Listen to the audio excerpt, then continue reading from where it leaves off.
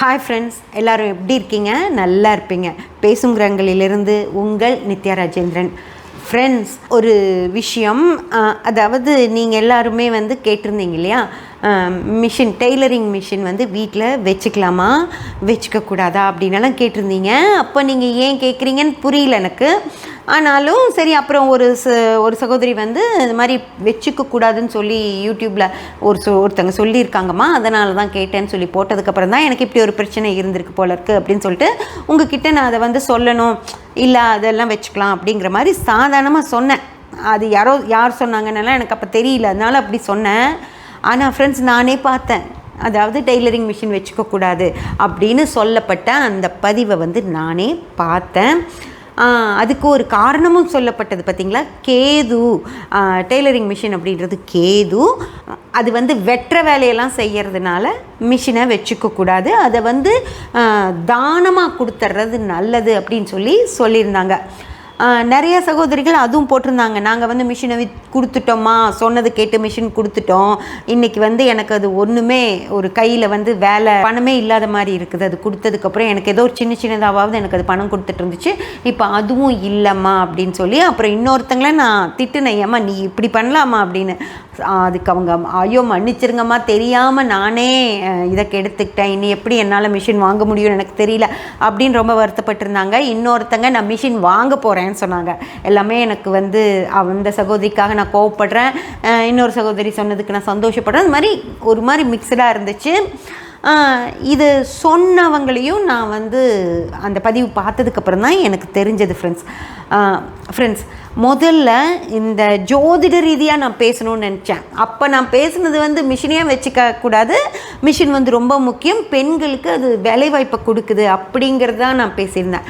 ஆனால் ஜோதிட ரீதியாலாம் இந்த மாதிரியெல்லாம் பேசுவாங்கன்னு எனக்கு தெரியல. ஆனால் ஜோதிட ரீதியாக உங்களுக்கு சில விஷயங்களை நான் சொல்லணும் அப்படிங்கிறதுக்காக தான் இந்த பதிவு போடுறேன். ஃப்ரெண்ட்ஸ், முதல் விஷயம் ஒன்று நல்லா ஞாபகம் வச்சுக்கோங்க, டெய்லரிங் மிஷின் எதையுமே வெட்டாது, அது தைக்கும், ஸ்டிச்சஸ் போட்டு ரெண்டு விஷயங்களை இணைக்கும். புரியுதுங்களா? எங்கேயாவது கிழிஞ்சிருந்தது அப்படின்னா அந்த கிழிஞ்ச ரெண்டு விஷயத்தையும் எடுத்து இப்படி ரெண்டு பார்ட்டையும் வச்சு நம்ம தைக்கும் மிஷின். அந்த டெய்லரிங் மிஷின் எங்கே கட் பண்ணுது சொல்லுங்கள்? கத்திரிக்கோல் தானே கட் பண்ணுது. நல்லா யோசித்து சொல்லுங்கள். டெய்லரிங் மிஷின் சம்மந்தப்பட்ட விஷயம் கத்திரிக்கோல், அவ்வளவுதானோ தவிர அந்த மிஷின் எதையாவது கட் பண்ணுதா? ஓகேங்களா? சரி, அது கத்திரிக்கோல் மிஷினோடு சேர்ந்தது தானே மேடம் அப்படின்னு கேட்டிங்கன்னா அதுக்கும் சொல்கிறேன். இப்போது ஒரு துணியை வெட்டி தைச்சு ஒரு ஆடையாக அதை உருவாக்குறோம், கரெக்டாக? சும்மா இருந்தால் அது ஒரு துணி, ஓகேங்களா? அதை வெட்டி தைச்சு ஒரு ப்ளவுஸை ரெடி பண்ணால் போட்டுக்கலாம். அதே போல் ஒரு சுடிதார் ரெடி பண்ணால் அதையும் நம்ம யூஸ் பண்ணலாம், போட்டுக்கலாம். ஒரு சட்டைனா அதை பசங்க போட்டுக்குவாங்க, அப்படி தானே? ஒரு விஷயத்தை உருவாக்கக்கூடிய விஷயம் எப்படிங்க கெட்டதாகும்? புரியுதா? சரி, அந்த மாதிரி உருவாக்கக்கூடிய நிறைய விஷயங்கள் இருக்குது. அதெல்லாம் கெட்டது அப்படின்னு நினச்சா இந்த உலகமே இருக்காது, அது ஒன்று. அதே போல் மிஷின் அப்படிங்கிறது இயந்திரம், தைக்கிறது சேர்த்து வைக்கிறது தான். அப்போது திருமணமான ஒரு தம்பதி அந்த வீட்டில் மிஷின் இருந்தால் பிரச்சனை வந்துடும் அப்படின்னா அந்த மிஷின் இருந்தால் தான் அவங்க சேருவாங்கன்னு நான் சொல்கிறேன்.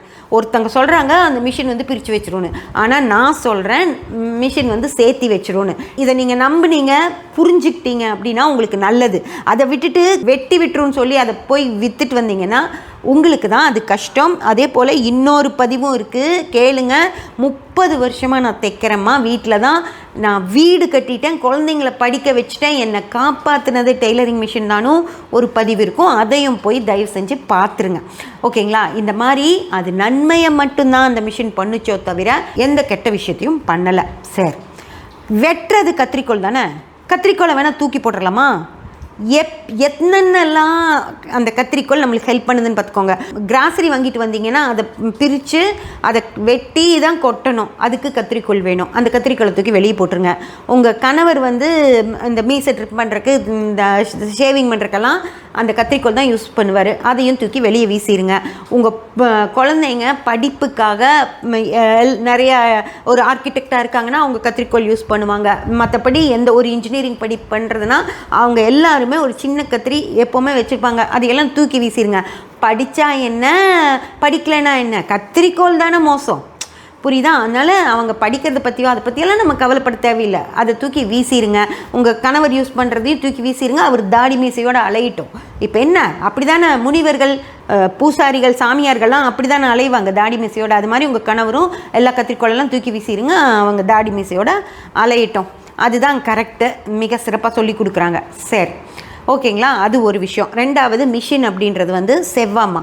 இயந்திரம் அப்படின்னு சொன்னாலே செவ்வாய் தான். அது கேது கிடையாது. நல்லா ஞாபகம் வச்சுக்கோங்க, அது கேது கிடையாது. மிஷின்றது செவ்வாய். அந்த மிஷின் செய்யக்கூடிய வேலை தான் கேது. அதாவது ஊசி கேது, நூல் கேது. ஓகேங்களா? அந்த நூல் எப்படி நீளமாக சன்னமாக நீளமாக இருக்கிற எல்லா விஷயங்களுமே கேது தான். ஓகேங்களா? அதனால் அது செய்கிற வேலை தான் கேதுவோ தவிர, அதாவது தைப்பது அப்படிங்கிறது அந்த ஊசியையும் நூலையும் வச்சு நம்ம போடுற அந்த ஸ்டிச்சு தான் கேதுவோ தவிர மிஷின் வந்து கேது கிடையாது. அதாவது நம்ம காரகங்களை மிக சரியாக புரிஞ்சுக்கணும். ஜோதிடத்தில் யாரும் ஒன்றும் ஜோதிடம் தெரியாதவங்க இல்லை, ஜோதிட காரகங்கள் தெரியாதவங்க இல்லை.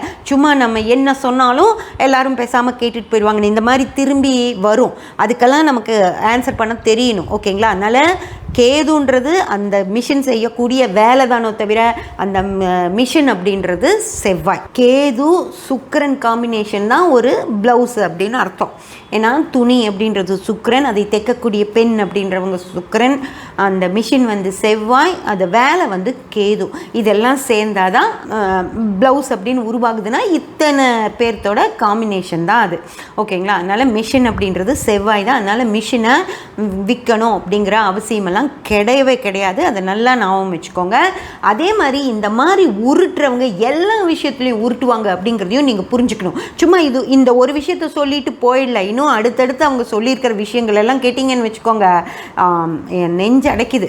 ஓகேயா? அந்த மாதிரி உருட்டுறதுங்கிறது ஒரு முடிவோடு வச்சுக்கிட்டு வெட்டியாக உருட்டுறாங்க. அதாவது நமக்கு ஒரு நல்ல நேரம் வந்துருச்சு. ஒரு குரு வந்திருப்பார், பணமும் கொடுக்குறார். குருவை பற்றின விஷயங்கள் தான், கடவுள் பற்றின ஆன்மீக விஷயங்கள் அப்படிங்கிறது குரு சம்மந்தப்பட்டது. அதை சொல்லி சம்பாதிக்கிறாங்க. அப்படிங்கிறப்போ குரு மிக சிறப்பாக அவங்களுக்கு வந்ததுனால தான் அவங்களுக்கு உடம்பு எப்படி வந்துருச்சு பார்த்தீங்களா? முதல்ல இப்படி இருந்தாங்க, இப்போது இப்படி இருக்காங்க. அப்போது குரு வந்து நல்லா இருக்கனால தான் இதெல்லாம் நடக்குது. அப்படி குரு இருக்கிற காலகட்டம் தான், அது வரைக்கும் தான் இப்படி இருக்க முடியும். இப்படியே உருட்டிகிட்டு இருந்தா நல்லபடியாக பண்ணால் கூட, குரு போனதுக்கப்புறம் கூட நம்ம நல்லபடியாக சர்வை ஆகிட்டுருக்கலாம். இப்படி தேவையில்லாமல் எல்லாம் பண்ணிகிட்டு இருந்தால் குரு பார்த்துட்டு சும்மா போக மாட்டார். அதையும் நீங்கள் ஞாபகம் வச்சுக்கோங்க. அவ்வளவுதான். கேது என்னென்ன விஷயங்கள்லாம் செய்வார் அப்படின்னு சொல்லி, கேது நமக்கு வேண்டாம், அதாவது கேதுவை வீட்டில் வச்சுக்கக்கூடாது, தூக்கி போட்டுருங்க அப்படின்னு சொன்னால் நம்ம என்னென்ன விஷயங்கள் தூக்கி போடணும் அப்படின்னு சொல்லி பாருங்கள். முதல் விஷயம், கேது பாவர் கிடையாது. அதை முதல்ல புரிஞ்சுக்கோங்க. 9 கிரகங்கள் நம்மக்கிட்ட இருக்கு இல்லையா? அதில் எதுவுமே பாவர் கிடையாது, எதுவுமே நல்லவங்களும் கிடையாது. புரிஞ்சுதுங்களா? இப்போது 10 பேர்த்துக்கு ஜாதகத்தில் கேது சூப்பராக இருக்கும். ஓகேங்களா? வல்லத்தன்மையோடு இருக்கும். அப்போது கேது திசையில் தான் பணம் வரும், கேது புத்தியில் தான் பணம் வரும். ஒரு கேதுவோட அந்தரத்தில் பணம் வர்றது கூட பரவாயில்ல, அது ஒரு 2 மாதம் இருக்கும். கேது சூட்சமம் அப்படின்றது 4 நாள் தான் இருக்கும். அந்த 4 நாளில் கூட பணம் கொடுத்துட்டா போவார் கேது வந்தால். புரியுதுங்களா? அது மாதிரி குருவுக்கு தசை இருக்குது, குருவுக்கு புத்தி இருக்குது, குருக்கு அந்தரம் சூட்சமும் பிரணவம்னு இருக்குது. 5 ஸ்டேஜ் இருக்குது. 5 இதுலேயும் குரு வருவார், சூரியன் வருவார், சந்திரன் வருவார், செவ்வாய் வருவார், புதன் வருவார், ராகு கேது வருவாங்க. புரிஞ்சதுங்களா? சுக்கிரன் வருவார். எல்லா கிரகங்களுக்குமே தசை புத்தி அந்தரம் சூட்சமம் பிரணவம் வரைக்கும் இருக்குது. ஓகேங்களா? அப்போது அந்த நேரங்களில் அந்த கிரகநிலை எப்படி இருக்கோ அதுதான் நமக்கு நடக்கும். அப்படி பார்க்கும்போது ஒரு கிரகம் நல்லத்தன்மையோடு இருந்தது அப்படின்னா உங்களுக்கு சந்தோஷம் நிம்மதியை கொடுக்கும். ஒரு கிரகம் வல்லத்தன்மையோடு இருந்ததுன்னா பணம் கொடுக்கும். ஒரு கிரகம் தந்திரத்தன்மையோடு இருந்ததுன்னா அவங்க அந்த நல்லதையும் வல்லத்தன்மையும் சேர்ந்து எப்படியாவது அவங்க புத்தி யூஸ் பண்ணி அதை அவங்க எடுத்துருவாங்க. அதே கிரகம் கெட்டு போய் இருந்துச்சுன்னா உங்களை வச்சு செஞ்சுட்டு தான் போகும் ஃப்ரெண்ட்ஸ். அதனால் ஒரு கிரகம் அதோட தன்மையை பொறுத்து தான் அது வேலை செய்யுமோ தவிர எல்லா கிரகமும் பாவ பாவர் அப்படின்னு கிடையாது. எல்லா கிரகமும் சுபர் அப்படின்றதும் கிடையாது. குருவும் கெட்டத்தன்மையோட செயல்படும். அது கெட்டு இருந்துச்சு, ஒரு ஜாதகத்தில் குரு கெட்டு இருந்துச்சுன்னா அது கெட்ட வேலையை தான் செய்யும். குருனா நல்லவர் நினச்சிக்காதீங்க. சூரியன்னா அரைப்பாவர்னு சொல்லுவாங்க, அப்படியெல்லாம் அரைப்பாவர் கிடையாது. அவர் முழு பாவராகவும் ஒருத்தங்களுக்கு இருப்பார், முழுமையாக நல்லவராகவும் ஒருத்தங்களுக்கு இருப்பார். சூரியன் மட்டும் வல்லத்தன்மையோட இருந்துருச்சுன்னா நீங்கள் அரசியல்வாதியாக இருப்பீங்க. அவ்வளோ வசதி வாய்ப்புகள் புகழ் அந்தஸ்து எல்லாமே சூரியன் கொடுப்பார். அதுவும் கவர்மெண்ட்டில் கொடுப்பார். ஓகேங்களா? அந்த மாதிரி நல்லா இருக்கணும் சூரியன். புரிஞ்சதுங்களா? நிறையா பேர் கேட்குறீங்கல்ல, ஸ்டாலின் அவங்க ஜாதகத்தில் வந்து சூரியன் சரியில்லைன்னு சொல்கிறீங்க, அப்புறம் எப்படி இருக்காரு அப்படின்னு. அதுக்கெல்லாம் காரணம் இருக்குது ஃப்ரெண்ட்ஸ். அதெல்லாம் நான் சொல்கிறேன். ஓகேங்களா? அதெல்லாம் உங்களுக்கு கண்டிப்பாக பின்னாடி சொல்கிறேன். அந்த மாதிரி ஒவ்வொரு கிரகமும் ஒவ்வொரு ஜாதகத்துலேயும் ஒவ்வொரு வேலை செய்யும். மொத்தமாக எல்லாத்துக்கும் குரு சுபர்னும் கேது பாவர்னும் கிடையாது. அதனால் கேது பாவ கிரகம் உள்ளே வச்சுக்க கூடாது அப்படின்னு சொல்கிறது தான் அதாவது அவங்களுக்கு தெரியாதுன்னு அர்த்தம். ஜோதிடமே அதுக்கு மேலே அவங்களுக்கு தெரியாது. கேது பாவர் அப்படிங்கிற வரைக்கும் தான் அவங்களுக்கு ஜோதிடம் தெரியும். அதுக்கு மேலே ஜோதிடம் வளர்ந்து போயிடுச்சு அப்படிங்கிறதெல்லாம் அவங்களுக்கு தெரியாததுனால அவங்களுக்கு தெரிஞ்சதை மட்டும் வச்சு சொல்லிட்டு இருக்காங்க. ஒரு காலத்தில் கேது பாவர்னு தான் சொல்லிட்டு இருந்தாங்க. ஆனால் இன்னைக்கெல்லாம் கிடையாது. அப்படி ஜோதிடத்தின் அடுத்த புரிதல்களுக்குள்ள நம்ம போக ஆரம்பிக்கணும், ஜோதிடத்தை படிக்கணும். எங்கள் தாத்தா சொல்லிட்டு இருந்தார் கேது பாவர்னு, அதனால் நானும் சொல்கிறேன்னா அதெல்லாம் தாத்தா காலத்தில் கேது பாவராக தான் இருந்தார். ஆனால் இந்த காலத்தில் கேது பாவர் கிடையாது. புரிஞ்சதுங்களா? சில ஜாதகங்கள் அவர் பாவர் தான், சில ஜாதகங்களுக்கு அவர் சுபர், சில ஜாதகங்களுக்கு அவர் வளர்.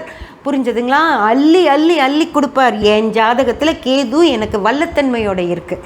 அந்த மாதிரி ஒவ்வொருத்தருக்கும் ஒவ்வொரு மாதிரி இருக்கும் ஃப்ரெண்ட்ஸ். இதை புரிஞ்சுக்கோங்க. இது புரியாமல் கேது பாவர் அப்படின்னு சொல்கிறத தயவு செஞ்சு நம்பாதீங்க ஃப்ரெண்ட்ஸ். அடுத்த பதிவுலையும் நம்ம இதை பற்றி எதை பேச போகிறோம், அதாவது கேதுவை தூக்கி வெளியே போடணும் அப்படின்னு சொன்னாங்க இல்லையா?